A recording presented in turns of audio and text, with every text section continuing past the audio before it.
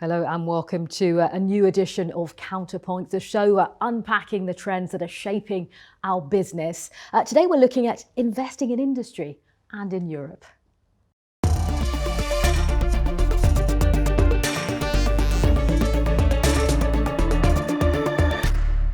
I'd like to welcome our guest today, Guillaume Benhamou. Guillaume, it's fantastic to have you with us.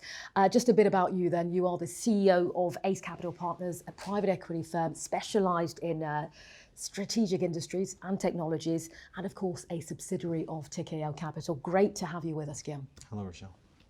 Before investing in general today, particularly in Europe, I think it would be key to ask ourselves a question a lot of people will be interested in. Should Europe re-industrialize?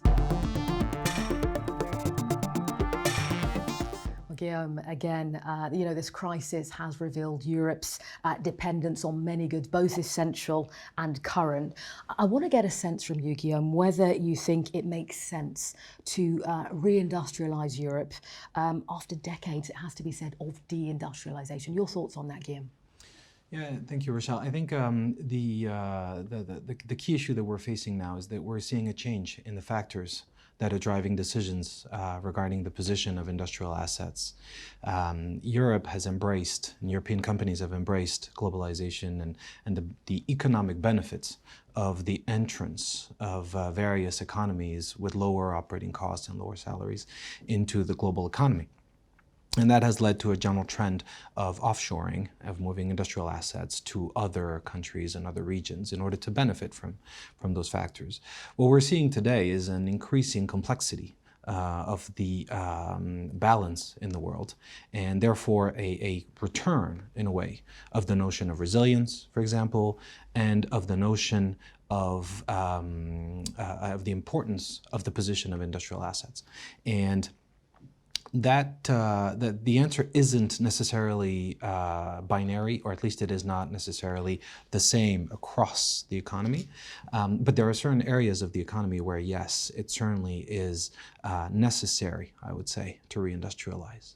Well, let me put you to you, Guillaume. I mean, in terms of how we go about doing this, would you say that ultimately an industrial mix between, let's say, a country that's innovative, that has the know-how, plus a country that has a sufficient workforce, would that be enough to kind of eradicate, I suppose, industrial dependence, in your view? Look, I think the notion of industrial dependence can be dangerous, can be complex. I think fundamentally the way we need to think about it is a positive one. We need to play offense rather than defense. We need to seek to be competitive and seek to be successful as a continent, and therefore we need to build on our strength. And therefore we need to identify the areas where we will be able to compete effectively on the global stage. And what that means is that there are sectors where we can innovate, and there are sectors where we need to focus on efficiency and on having a very effective cost structure.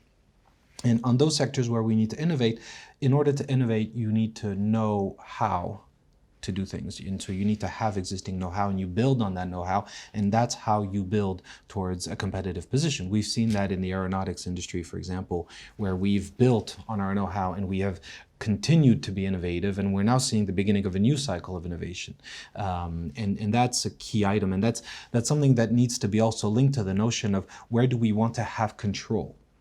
Where do we want to ensure resilience rather than efficiency necessarily? And therefore, where the trade-off shifts are sectors where we need to invest over the long term and where we need to have a long-term vision in order to ensure that we can be successful. Because in industry, and especially in the sort of high value add and high innovation industries, your investment decisions, your investment horizon is longer than in other sectors. And therefore, your commitment to your decisions needs to be for the longer term. We spoke about commitment there. I mean, let's get an idea from you, Guillaume, about why this is important. And there will be people watching thinking, are you advocating protectionism here? No, absolutely not. On the other hand, I think what we're seeing is that there is a form of continuum, a form of link between what a company can do in order to innovate, the presence of an ecosystem and a certain capability on hand, the know-how and the capabilities of the people in a specific location. And therefore, this union of factors that is required to succeed can then apply to the global stage, but needs to be built on a certain commitment that has a form of location in mind. In Europe, we have a tremendous amount of expertise, of capability, of know-how. We invest in cybersecurity. Cybersecurity is very much informed by the mathematical capabilities of the academic community. And in Europe, we have a tremendous number of world-class mathematicians, which then trickle down into expertise in cyber. What we need to do is now commit to invest into that in order to transform that into a success in what is a key sector for the economy. We've done the same in aerospace, and we can do the same in a number of other sectors. And Industry 4.0 and other sort of high-level trends around manufacturing are creating a huge opportunity because they're also tilting the balance of the cost equation. And not entirely, but in enough of a way that in some sectors we can now see a trend towards investing in Europe to build capability in Europe in order to ensure a high level of innovation and therefore the ability to compete on the global stage in a globally open economy. Challenge for you, Guillaume. You have spoken today about the complexities, the need for innovation when it comes to this complex question of industry, investing in industry in Europe. If you had to sum up one takeaway on that question of industry in Europe, what would you say?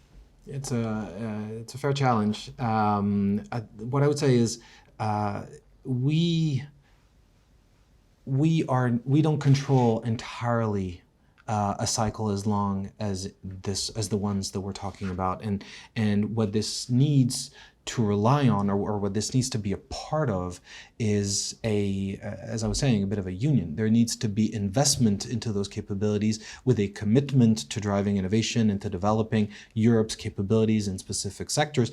There also needs to be a form of industrial policy that needs to apply. The cycles are long, the investment amounts are massive. Mm-hmm. And therefore, there needs to be a common impetus in Europe around building, maintaining, and developing and competing on the world stage in those sectors that are identified as key for our resilience and for our ability to innovate and therefore create jobs and provide opportunities for Europeans across the continent. And that exercise is something that goes beyond the mere notion of private investment. Well, Guillaume, on that note, I'm going to say a very big thank you for sharing your insights with us today. Been good to hear from you. To those of you who took the time to tune in to us today, we hope that you'll spend some time with us for our next edition of Counterpoint. See you then.